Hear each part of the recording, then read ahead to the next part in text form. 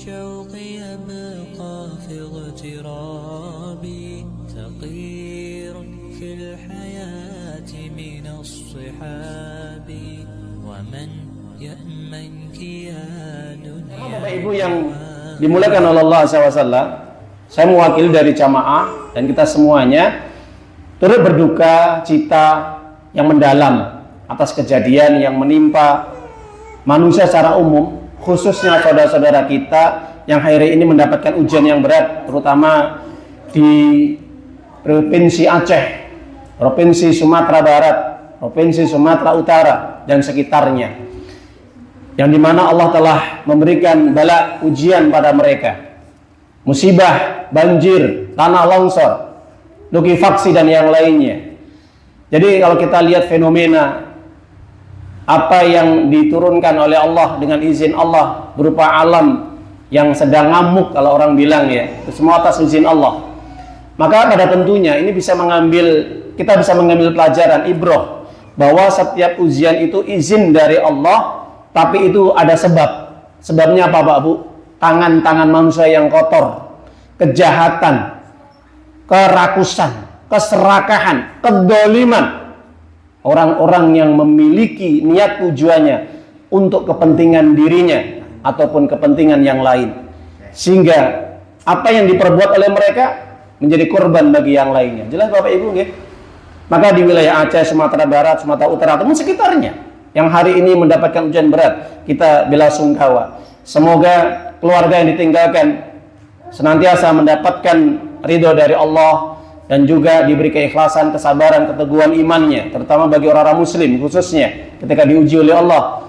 Dan adapun bagi mereka yang meninggal dunia ketika mereka betul-betul menghadapi ujian yang berat sehingga sampai mereka kehilangan nyawa, semoga roh mereka diterima oleh Allah dan mendapatkan tempat yang tertinggi dan senantiasa dimasukkan ke dalam surga dan meninggal dunia dalam kondisi husnul khatimah. Amin ya rabbal alamin. Bagi kita yang melihat, mendapati, memperhatikan kondisi yang seperti itu, kewajiban kita bagi seorang muslim tidak boleh tinggal diam atau acuh tak acuh atau tidak peduli. Minimal kalau kita tidak mampu memberikan kontribusi bantuan tenaga, pikiran ataupun harta, minimal dengan doa yang kita panjatkan semoga bisa tembus ke langit. Karena Nabi Muhammad SAW bersabda dalam hadis Imam Muslim, al-muslim haqqul muslim la yadlimu wa la yahqiruhu wa la yusaghiruhu. Orang muslim itu bagi saudara muslimnya, dia tidak akan pernah saling mendolimi, dia tidak akan pernah melantarkan saudaranya, dia tidak akan pernah merendahkan, menghinakan saudaranya. Maka para jamaah Bapak Ibu, dari lubuk hati yang paling dalam ya, dengan kesedihan kita juga ikut prihatin atas musibah yang menimpa saudara kita di wilayah yang kami sebutkan tadi. Semoga ini menjadi pelajaran kita agar kita senantiasa banyak mendekatkan diri kepada Allah, kita juga bertobat kepada Allah, karena setiap ujian, bala, musibah itu adalah peringatan bagi siapapun, baik orang mukmin itu sendiri maupun orang yang non mukmin atau orang kafir. Oleh karena itu para jamaah Bapak Ibu, maka ada beberapa ayat sebelum nanti akan kita kaji materi inti, meskipun nanti masuk dalam materi kita. Ada beberapa ayat kenapa sih Allah memberikan musibah, bencana. Paling tidak ada dua sebab Bapak Ibu ya. Allah memberikan bencana ataupun musibah itu ada dua sebab. Yang pertama sebabnya adalah ketika manusia berani berbuat dolim kepada Allah. Ingat, ketika manusia sudah berani berbuat dolim kepada Allah, akan turun bencana atau siksa atau azab kepada siapapun. Tidak tanggung-tanggung Pak Bu, okay?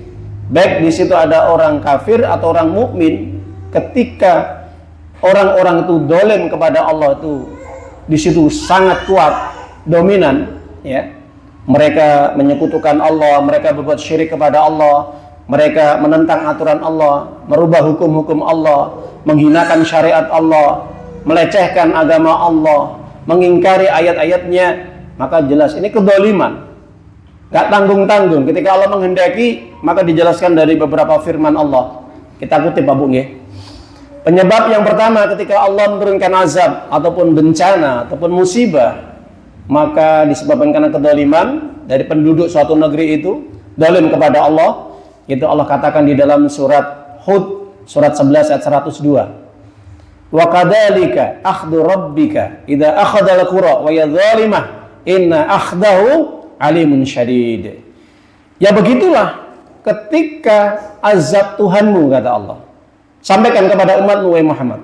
Itulah azab Tuhanmu.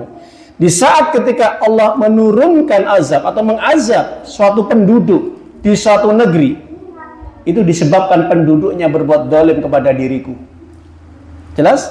Sesungguhnya adab Tuhannya, adab Allah itu betul-betul keras dan menghinakan. Surat Hud, surat 11, 102. Kemudian dijelaskan lagi di dalam surat Al-Hajj, surat yang ke-22, ayat yang 45 nanti Bapak Ibu dibuka ya. Nah, itu. Ini peristiwa-peristiwa yang dimana Allah peringatkan tentang azab Allah kepada penduduk-penduduk suatu negeri yang kebanyakan mereka berbuat zalim kepada Allah. Tidak mau ibadah, tidak mau sujud, tidak mau taat, mengingkari hukum-hukum Allah, menolak syariat Allah dan yang lainnya. Sudah jelas ini Bapak Ibu nggih. Faka'ayyin min qaryatin ahlaknaha wa hiya dhalimah. Ya, fa khawiyatun 'ala urushiha wa bi'rim muta'allatin wa qasrin masyid. Apa kata Allah? Berapa banyak suatu negeri yang kami binasakan, kata Allah. Berapa banyak? Banyak sekali ya Pak Bu. Jadi kalau kita meruntut daripada sejarah bagaimana kaumnya Nabi Nuh alaihissalam ditenggelamkan dengan tufan, apa tufan? Banjir.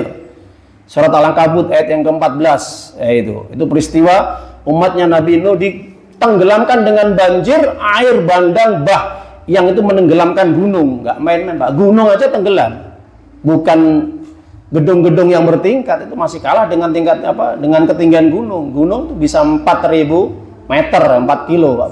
Ya itu. Nah, itu gunung aja tenggelam.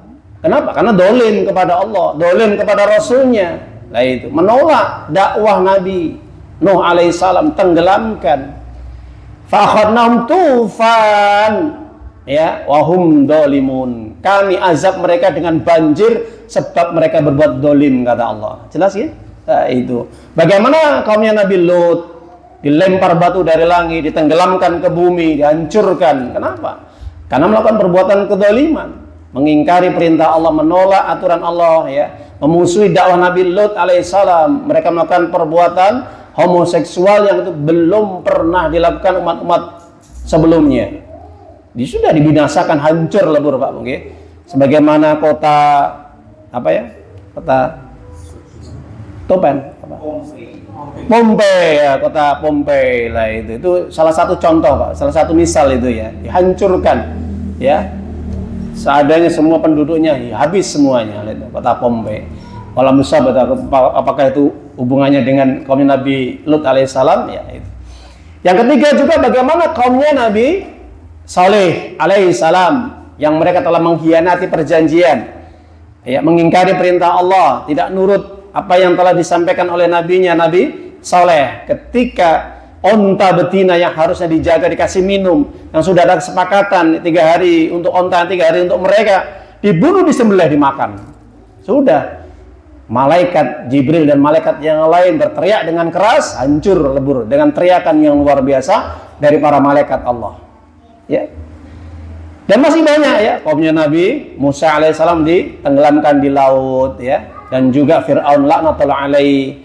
Kemudian kaum Madian, ya, kaum Nabi Su'aib dan yang lain. Banyak-banyak.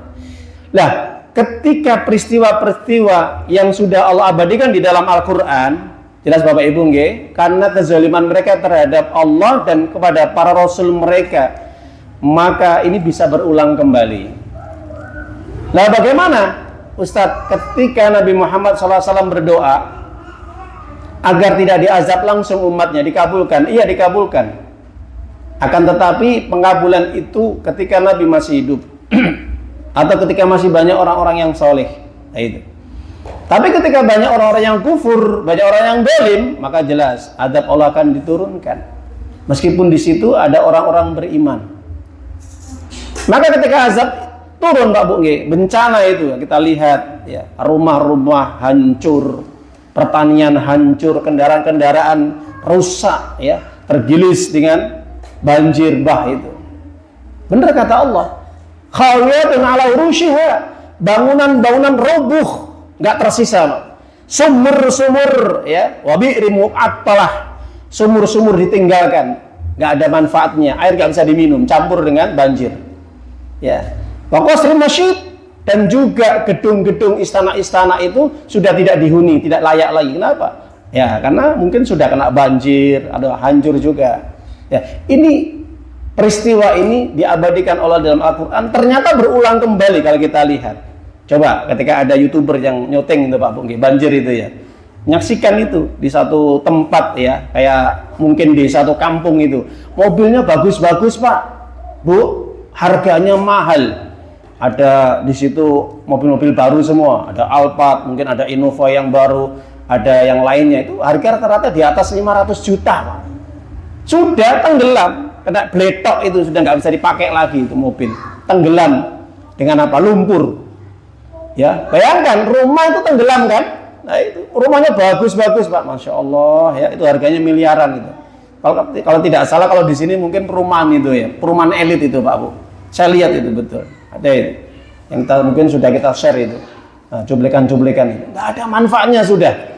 Rumah yang mereka banggakan, kendaraan yang mereka pamerkan, harta-harta apapun yang mereka sombongkan, yang mereka bermewah-mewah, bermega-mega. Alhaakumut takasur, ketika mereka memamerkan harta mereka, ya, menyombongkan apa yang mereka miliki, alhaakumut takasur hatta zurtumul maqabir, sikat sama Allah habis sudah, sampai mereka akhirnya meninggal dunia, masuk ke kuburan.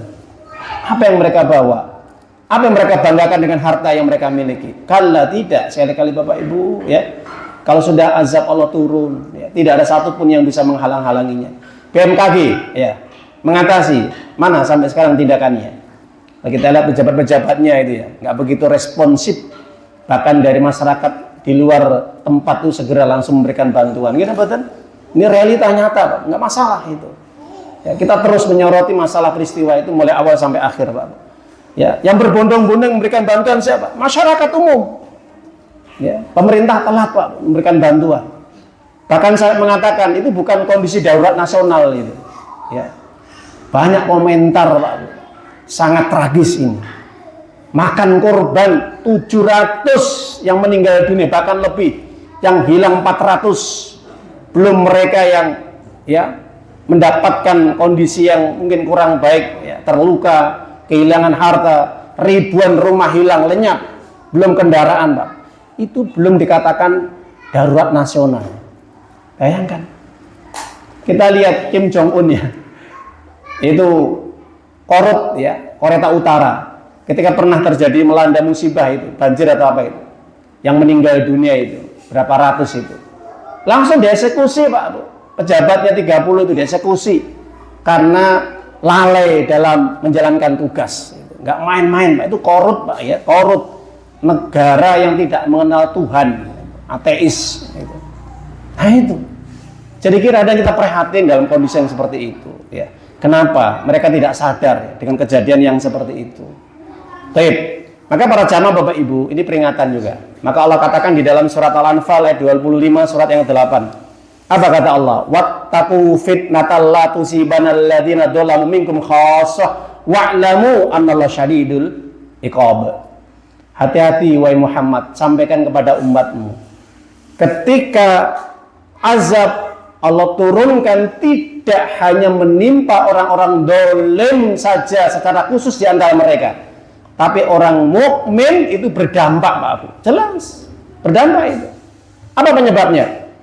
Nabi menyampaikan hadis ini dalam tafsirnya Ibnu Katsir, ketika kemungkaran, kemaksiatan, apapun bentuk dosa mereka tahu melihat, itu dibiarkan dan tidak dirubah dengan tangan mereka yang punya kekuasaan, punya wewenang, punya jabatan, dan itu malah dilegalkan kemaksiatan tadi. Siap-siap amallahu bi'adabin min indik, Allah ratakan dengan azabnya mereka. Dan tidak tanggung-tanggung Pak mungkin. Meskipun ada orang mukmin di situ Pak, ratakan.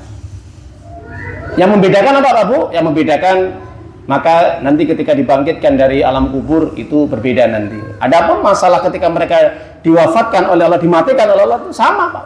Mereka juga dapat getahnya, efeknya, pengaruhnya dari bencana atau siksa yang Allah turunkan dari langit tadi, berupa banjir, tanah longsor, atau likuifaksi atau yang lainnya semisalnya itu.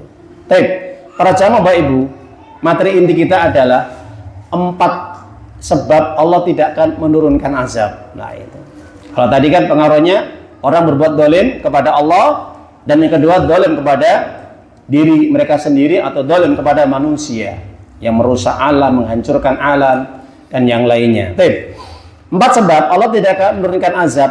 Yang pertama, sebagaimana para ulama mengatakan Allah tidak menurunkan azab atau menahan azabnya dari langit. Itu sebabnya yang pertama adalah selama Nabi Muhammad SAW masih ada di tengah-tengah mereka. Jelas Bapak Ibu nggih?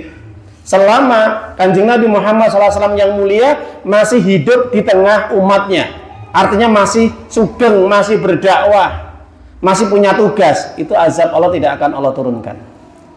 Maka kalau kita lihat sejarah, mulai lahirnya Nabi sampai kemudian belum meninggal dunia, itu insya Allah bebas dari azab.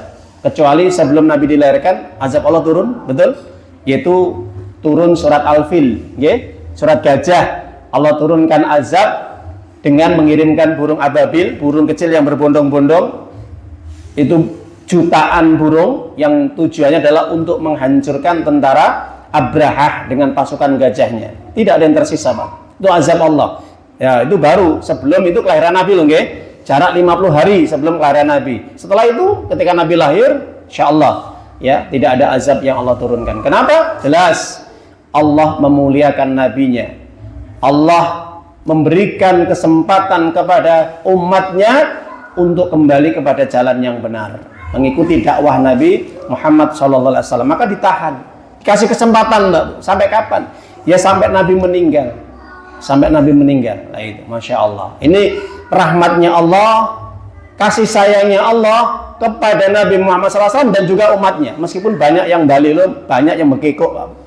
Nah, maka turun di dalam surat Al-Anfal, surat yang ke-8, ayat yang ke-33. Nanti bisa dibuka Pak Bu, nggih. Ini penyebab pertama, Allah tidak menurunkan siksa dari langit meskipun banyak umatnya, kaumnya yang kufur kepada Allah, yang bangkang, yang banyak berbuat dosa, tidak mau taat kepada Allah dan tidak mengikuti dakwah Nabi Muhammad SAW, tapi tidak diazab. Masya Allah ya, ini rahmatnya Allah nih. Tidak sebagaimana kaumnya para rasul dahulu. Kalau Nabi dulu, Rasul dulu, Nabi Nuh, Nabi Shu'aib, Nabi Lut, Nabi Hud dan sebagainya, itu kalau sudah nggak kena diatur Pak, itu kaumnya itu, ya Allah terserah penjenengan ya Allah, selesai sudah. Tapi Nabi tidak pernah memohon kepada Allah sedikit pun supaya diturunkan azab saat itu. Kenapa? Karena Nabi mengatakan dalam hadis yang sahih, ketika dilempar batu oleh penduduk Taif, ketika ditolak dakwah beliau, Pak Bu, dilempar batu sampai pelipisnya berdarah, turun malaikat dikirimkan sama Allah, nyuwun kerso, ya Muhammad, kalau seandainya engkau mengatakan hari ini turunkan azab kepada penduduk Taif, maka akan aku jatuhkan gunung-gunung itu, tak tumplek nih nang penduduk Taif paribasane. Apa tumpleknya? Dibalikkan gunung itu kepada penduduk Taif, selesai urusannya. Apa jawaban Kanjeng Nabi Muhammad SAW, Pak Bu? Tidak, wahai malaikat, saya tidak diutus menjadi orang pendendam. Saya tidak diutus untuk menjadi orang yang suka membenci dan tidak suka melihat diazab, begitu, tidak. Tapi saya diutus dengan membawa al-hanafiyah, apa? Toleransi. Ya, masih saya kasih kesempatan, semoga mereka nanti bertobat. Kalau mereka tidak bertobat dari ini, mungkin cucu-cucu mereka nanti akan bertobat, keturunan mereka. Maka dari situlah doa Nabi muncul apa? Allahumma hdi qaumi fa innahum la ya'lamun. Ya Allah, tetaplah berilah hidayah kepada kaumku, umatku, meskipun mereka tidak paham. Masya Allah ya. Ini sifat Nabi yang karim. Apa karim? Karim itu yang mulia, latif, yang lemah lembut, hayyin, ya, yang lemah lembut, ya, tidak mudah membenci, tidak mudah pendendam. Itu Nabi Muhammad SAW, Pak. Ya, kita bejo ya punya Nabi yang mulia ya. Itu tidak mudah pendendam, tidak mudah emosi, tidak mudah dendam, atau tidak mudah untuk minta doa supaya diazab kaumnya. Kalau diazab selesai, Pak. Mungkin kita juga ya kena getahnya mungkin loh ya. Nah, itu. Kalau Nabi itu punya sifat ya cepat-cepat untuk menurunkan azab, minta kepada Allah seperti itu. Nah, maka Allah katakan di dalam surat Al-Anfal ayat 33, apa kata Allah? Wa ma kana Allah li'adzibahum wa anta fihim. Allah tidak akan pernah mengazab mereka, kata Allah nih ya, selama engkau Muhammad ada di tengah-tengah mereka. Jelas ya? Selama engkau, kata Allah, ya Muhammad, ada di tengah-tengah mereka. Allah tidak akan mengazab, menunda azab. Nah itu. Maka ahli tafsir menjelaskan tentang ayat ini, sebagaimana Ibnu Abbas, bahwa ketika ayat ini diturunkan, manusia diberi dua keamanan. Keamanan yang pertama adalah Allah tidak akan pernah mengazab manusia selama ada Nabi Muhammad SAW itu masih berdakwah di tengah mereka. Kenapa? Ini sebagai bentuk memuliakan Nabi, mengagungkan Nabi, itu, menghormati Nabi. Masya Allah, seperti itu Pak ya. Allah saja sampai memuliakan utusannya ya. Itu. Tujuannya apa? Memang ini permintaan Nabi, jangan sampai umatnya, kaumnya diazab langsung ketika mereka durhaka, ketika mereka tidak mau taat, ketika mereka menyombongkan diri, ketika mereka kufur kepada Allah atau berbuat zalim kepada manusia, tidak diazab langsung. Ini permintaan Nabi Pak.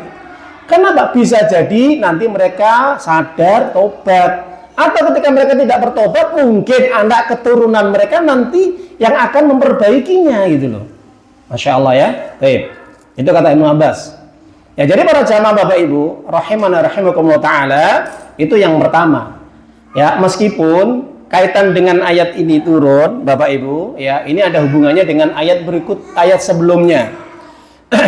Jadi ketika Allah tidak mengabulkan permohonan doanya orang musyrik, ya ini doanya orang musyrik, yang dimana orang musyrik ini meminta kepada Allah supaya diturunkan azab kepada mereka. Wah, luar biasa ya, sampai seperti itu ya. Surat Al-Anfal ayat 32, ayat sebelumnya. Ya, jadi kita menjelaskan ayat 33 yang tadi. Ayat sebelumnya ternyata ada kronologinya, hubungannya. Apa? Allah katakan wa qalu Allahumma in kana hadza wal haqq qa min 'indik fa'amdir 'alaina hijaratan minas sama' wa'tina bi'adzabin alim, kata Allah. Apa kata Allah? Ketika orang-orang musyrik itu berdoa kepada Allah, ya Allah, in kana hadza wal haqq, kalau memang benar Al-Qur'an itu yang dibawa Nabi Muhammad itu benar, itu hak, mengandung kebenaran, ya sudah, coba aku tak jaluk, minta kepada penjenengan ya Allah apa? Fa'amdir alaina hijaratan minas sama, turunkan batu dari langit. Enggak main-main Pak. Ya, gendeng enggak?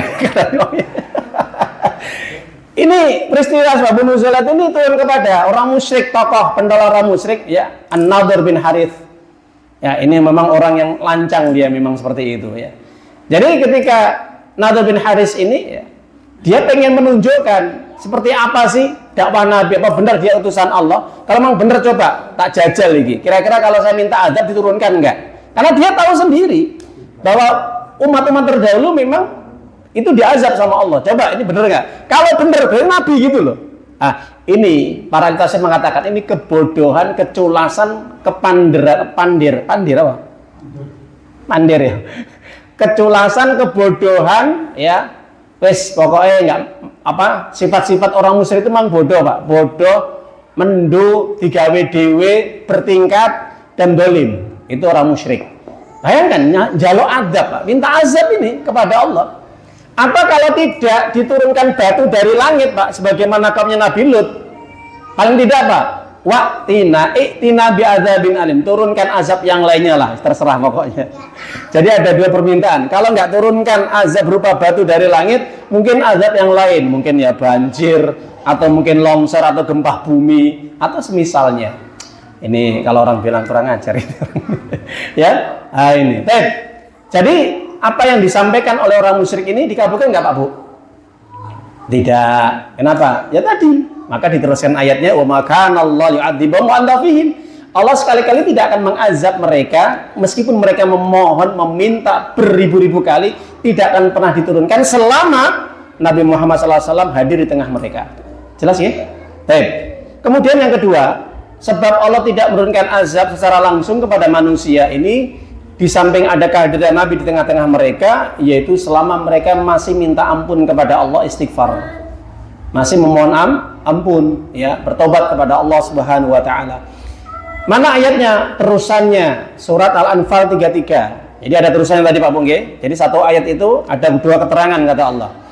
Wa ma kana Allah mu'adzibahum wa hum yastaghfirun. Allah tidak akan pernah menurunkan azab selama mereka masih minta ampun kepada Allah Subhanahu wa taala. Kita adzan dulu ya. Tabain sama Ibu. Jadi penyebab dari 4 sebab Allah tidak menurunkan azab secara langsung kepada manusia. Tadi pertama kita sampaikan ketika Nabi yang mulia Muhammad SAW itu masih di tengah-tengah mereka, artinya masih mereka masih berdakwah di tengah-tengah umatnya, menyampaikan la ilaha illallah, tauhid, menyampaikan Al-Quran dan Sunnah, maka Allah tahan azab tersebut, ya, dalam rangka untuk memuliakan Nabi dan memberikan kesempatan kepada umatnya, mungkin umatnya nanti akan sadar atau kembali kepada jalan yang benar. Yang kedua, selama umatnya bertobat kepada Allah, meminta ampun kepada Allah, kembali kepada jalan yang benar, diiringi dengan amalan-amalan yang wajib, sholat, zakat, dan kewajiban yang lain, maka Allah akan tahan azab tersebut. Artinya, ayat ini diturunkan kepada setiap orang-orang yang beriman, yang mereka tetap teguh dalam keimanannya dan menjalankan syariatnya, dan mereka masih sujud, mereka masih menegakkan agama Allah, mereka masih berdakwah di jalan Allah, memuliakan agama Allah, mensyiarkan syariat Islam, maka Allah tahan, ya, Allah tahan. Nah, itu. Seandainya pun mungkin ketika Allah turunkan kayak musibah atau bencana itu tidak begitu besar sebagaimana kadar besarnya umat-umat yang terdahulu, gitu Bapak Ibu ya. Nah, itu. Akan tetapi kita bisa mengambil pelajaran di sini, meskipun ketika orang itu tidak diturunkan azab secara langsung, tapi paling tidak Allah akan melihat sampai di mana tobat mereka, apakah mereka tobat nasuha atau kalau orang bilang hanya tobat kamuflase, tobat lombok, lah itu, bukan tobat nasuha. Meskipun Allah katakan di dalam surat At-Tahrim ayat 8 ya, perintah untuk tobat nasuha kan gitu. Ya ayyuhalladzina amanu tubu ilallahi taubatan nasuha. Asa rabbukum yakfir ankum sayiatikum. Nah itu. Ila akhir ayat. Orang-orang beriman, bertobatlah kepada Allah dengan tobat yang sebenar-benarnya, tobat yang di situ tidak ada bentuk permainan, ya, tidak mengulangi perbuatan dosa besar yang lain, dan tidak ada keinginan untuk jatuh ke dalam dosa yang kedua kalinya, baik itu kekafiran, kesyirikan, atau dosa besar. Maka akan diterima sama Allah tobat itu. Allah akan mengampuni kesalahan-kesalahannya, dan juga Allah akan memberikan ampunan rahmat. Nah, ini menunjukkan azab Allah tidak akan diturunkan. Kenapa? Karena di situ dengan asa rabbukum yakfir ankum sayiatikum. Allah akan mengampuni dosamu. Kalau Allah mengampuni dosa seseorang yang berbuat dosa, apapun dosa besar, selama dia bertobat, ini menunjukkan bahwa Allah tidak marah, Allah tidak murka, Pak Bu. Kenapa? Karena hambanya masih jaluk tulung, masih minta ampun, ya, minta ngapuro gitu loh. Sama ketika ada anak yang badung, nakal, ya, anak yang tidak bisa diatur, bolak-balik diilingne, begadur, ya toh.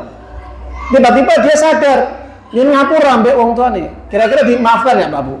Anak ketika minta maaf tadi, itu pasti diterima maafnya sama orang tua, Pak. Apalagi Allah, Zat yang Maha Ghafurur Rahim, pengampun lagi Maha Penyayang, Pak Bu. Jelas selama mereka bertobat, Allah tidak akan turunkan azab, ya. Maka ditegaskan juga di dalam surat yang lain, surat Hud ya, surat yang 11 ayat yang ketiga ini Bapak Ibu ya.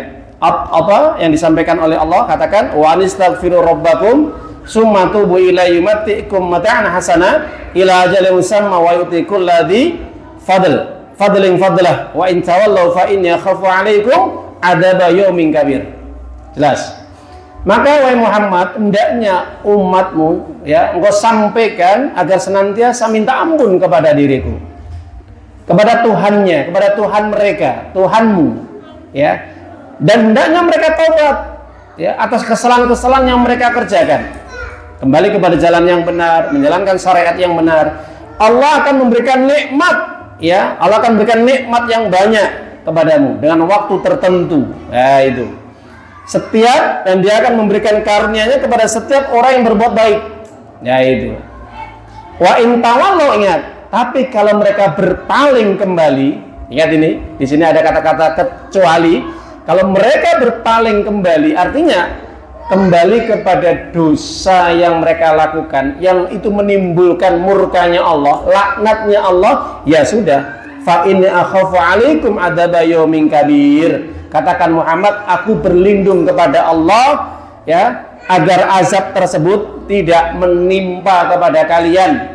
Ya, itu azab di dunia, apalagi nanti azab di akhirat kelak. Ya, artinya di sini para ahli tafsir mengatakan sampai datangnya hari kiamat. Ya, itu. Dari para jamaah Bapak Ibu, itu yang kedua. Yang ketiga, sebab orang tidak diturunkan azab kepada manusia, maka ketika mereka masih menegakkan iman tauhid dalam diri mereka, Pak. Oke? Jadi ketika orang-orang yang betul-betul menjalankan iman tauhid, menjalankan aturan Allah, hukum Allah, perintah Allah secara kafah, itu Allah tahan. Allah tahan itu. Dan juga yang terakhir, yang keempat, karena ada hubungannya ini, ketika mereka senantiasa bersyukur atas nikmat yang Allah berikan. Nah, Allah tahan azab. Jadi ayat yang 1, 2 ini bisa dibuka dalilnya surat Al-Anfal ayat 33. Sedangkan penyebab yang ketiga dan keempat ada korelasinya, ada hubungannya, rentetannya sama satu ayat Pak Bu, di dalam surat An-Nisa surat 4 147. Ya. Jadi yang ketiga, penyebab orang tidak memberikan azab kepada manusia selama mereka masih mau menjalankan iman tauhid yang benar dalam diri mereka, tidak melakukan kesyirikan, tidak menyembah selain Allah, berdoa kepada selain Allah, mencari hukum-hukum selain Allah, merubah hukum aturan Allah, tidak. Mereka masih menjaga iman tauhid yang benar. Allah tahan azabnya. Dan yang kedua, yang kedua, ketika mereka masih mau mensyukuri nikmat yang Allah berikan. Artinya apa? Nikmat yang sudah Allah titipkan ini digunakan untuk ketaatan, untuk ibadah. Contohnya ketika seseorang dapat nikmat itu digunakan untuk kebaikan, Pak Bu. Bukan untuk kesombongan, untuk pamer-pamer. Bahkan yang lebih tragis, Pak Bu, nikmat yang Allah titipkan digunakan untuk maksiat. Wah, ini dosanya paling berat ini, betul. Bahkan sampai perkataan ini ya, perkataan asar ya. Perkataan daripada perkataan Imam Tabi'in, yaitu yang bernama Hasan Al-Basri. Saya ingat ini ya. Hasan Al-Basri mengatakan, seorang ulama Tabi'in ini mengatakan ya, bahwa nanti jeritan penduduk neraka yang paling keras itu dua golongan. Satu, mereka yang mengajarkan kesesatan kepada manusia. Mereka yang mengajak kepada kekufuran dan kesyirikan atau dosa-dosa besar. Itu jeritannya paling keras di neraka. Kenapa? Saking beratnya siksaannya nanti pada hari kiamat. Kok sakit Ustaz? Iya, nanggung dosane wong akeh. Makanya tadi mubalik ya, beban mental. Nyampe nih salang ini wes jelas. Jeritan kula paling banter sesuk nang neraka. Ini kalau saya menyesatkan itu ya, penjenengan gitu. Tapi tergantung jenengan sesat atau tidak yang kita sampaikan. Nah, itu kalau sesat dikritik segera Pak ya, langsung dibubarkan pengajiannya boleh ya. Nah, itu. Nah, yang kedua ini, mereka yang menggunakan nikmat Allah untuk maksiat kepada Allah, padahal Allah sudah titipkan, malah ibaratnya sebagai bentuk apa? Timbal balik ya. Kepada yang memberikan nikmat itu malah diberi apa? Sesuatu yang tidak baik, perilaku yang tidak baik, apa? Digunakan untuk durhaka kepada Allah, maksiat kepada Allah. Ini ceritanya paling keras nanti pada hari kiamat. Kasih mobil, dikasih mobil, minta kepada Allah, minta mobil, dikabulkan, dapat mobil. Ternyata mobilnya digunakan untuk maksiat, untuk berzina, tempat diskotik, ke bar, minuman khamr, ya, tempat-tempat yang di situ full musik dan sebagainya. Itu nanti ceritanya paling keras. Minta rumah, kasih rumah. Rumahnya digunakan untuk apa Pak Bu? Judi, togel, judol, ya, masukkan orang-orang yang ahli maksiat untuk mutus silaturahim, dan juga rumah yang digunakan ditempati orang yang meninggalkan sholat. Nah itu, padahal minta rumah, tapi dia tidak mau ibadah, terutama sholat. Dan masih banyak lagi ya. Jadi setiap nikmat yang Allah titipkan ternyata digunakan untuk apa? Berbuat maksiat. Jadi balasannya itu balasan yang tidak mengenakkan, Pak. Makanya Allah sangat murka nanti pada hari kiamat. Ini siksaan yang paling keras nanti ceritanya bagi penghuni neraka nanti pada hari kiamat. Ini pendapat Imam Hasan Al-Basri, pendapat loh, nah itu. Jadi para jamaah Bapak Ibu, ini dijelaskan dalam satu ayat di dalam surat Al-A'raf, surat yang ke-7 ayat yang ke-96. Ya, untuk mengakhiri daripada kajian kita. Jadi 3 dan 4 Allah tidak menurunkan azab ini, penyebabnya ini selama mereka masih menegakkan iman tauhid dalam diri mereka, mentauhidkan Allah, tidak menyekutukan Allah, menjauhi kesyirikan, menjalankan hukum-hukum Allah dengan benar, menerima syariatnya secara totalitas, menjalankan Islam secara kafah sempurna, tanpa ada sedikit pun yang ditolak perintahnya dari Allah. Yang terakhir, yang keempat, mereka mensyukuri nikmat yang Allah berikan. Allah Ta'ala sampaikan di dalam surat Al-A'raf, surat yang ke-7 ayat yang ke-96 Bapak Ibu nggih. Nanti bisa dibuka. Apa kata Allah? Walau anna ahlal qura amanu wattaqaw la fatahna 'alaihim barakatim minas samaa'i wal ard walakin kadzdzabu fa akhadna bima kanu yaksibun. Ya. Apa kata Allah? Seandainya penduduk suatu negeri, baik pemimpin dan rakyatnya, masyarakatnya, mereka mau bertakwa kepada Allah dan beriman kepada Allah Ta'ala, maka akan pasti kami turunkan keberkahan yang banyak, Pak Bu. Nggak satu, tapi banyak. Karena di sini menggunakan bentuk jamak, barokat, bukan barokat, tapi barokat, ada taknya di situ, bukan tak marbutoh. Itu perbedaannya di situ ya. Jadi barokat minas sama wal ard. Berkahnya itu bukan hanya turun dari langit, dari bumi pun. Masya Allah. Artinya apa Pak Bu? Ketika seorang pemimpin di suatu negeri, mereka betul-betul memuliakan Allah dengan menjalankan syariat Allah, ajaran Islam, mengikuti kitabullah Al-Quran dan sunnah Rasulnya, itu diterapkan dalam kehidupan mereka, dalam segala aspek kehidupan, insya Allah, Allah janjikan Pak Bu, turun keberkahan. Apa berkah di sini? Karena bentuknya jamak. Ahli tafsir mengatakan keadilan, ketentraman, ketenangan, kemakmuran, keamanan. Masya Allah. Okay? Itu negeri kalau rakyatnya dan pemimpinnya memperlakukan hukum Allah dengan benar, menjalankan syariat Allah dengan benar. Total Pak, dijalankan dengan total ya. Mulai A sampai Z itu dijalankan semuanya. Apa perintah Allah dan Rasulnya dijalankan tanpa ditentang, tanpa ditinggalkan. Tidak setengah-setengah dalam berislam. Ada perintah, jalankan, larangan, ditinggalkan. Gitu aja selesai urusannya. Kenapa? Bentuk takwa dan iman di sini, kata Ibnu Katsir, adalah mereka mengimani ayat-ayat Allah, membenarkan dan mengamalkan dalam kehidupan mereka. Jelas Bapak Ibu? Turun langit. Turun dari langit apa? Berkah. Aman, tentram, adil, nyaman, aman. Kalau bahasanya Al-Quran apa Pak Bu nih? Baldatun Thaibatun Warobun Ghafur. Surat apa? Surat apa Bu? Ayo, PR ini ya. PR ini nanti cari di rumah. Baldatun Thaibatun Warobun Ghafur. Panggang sate saya nyebut nih ya. Nah ini nanti dicari ya. Jadi negeri yang Allah jinawi, makmur, sentosa Pak Bu. Allah turunkan keamanan dan keadilan. Syaratnya apa? Kalau mereka mau menegakkan iman tauhid, menjalankan hukum Allah dengan sebenar-benarnya secara kafah keseluruhannya, insya Allah, maka rakyat masyarakatnya dan pemimpinnya dikasih keamanan, ketentraman, keadilan, dan insya Allah dihilangkan dari mara bahaya, terutama Allah tahan azabnya dari langit dan dari bumi.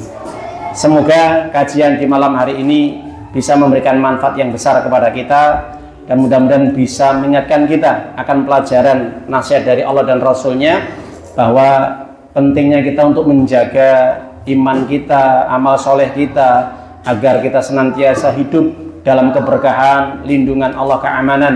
Sebaliknya, kalau kita tidak mau beriman, tidak mau taat, kita kufur kepada Allah, kita berbuat dolim, bahkan menyombongkan diri, maka jelas Allah akan murka dan melaknat ya siapapun mereka dengan menurunkan azab bagi mereka yang berbuat dolim, sebagaimana yang kami sampaikan di atas tadi.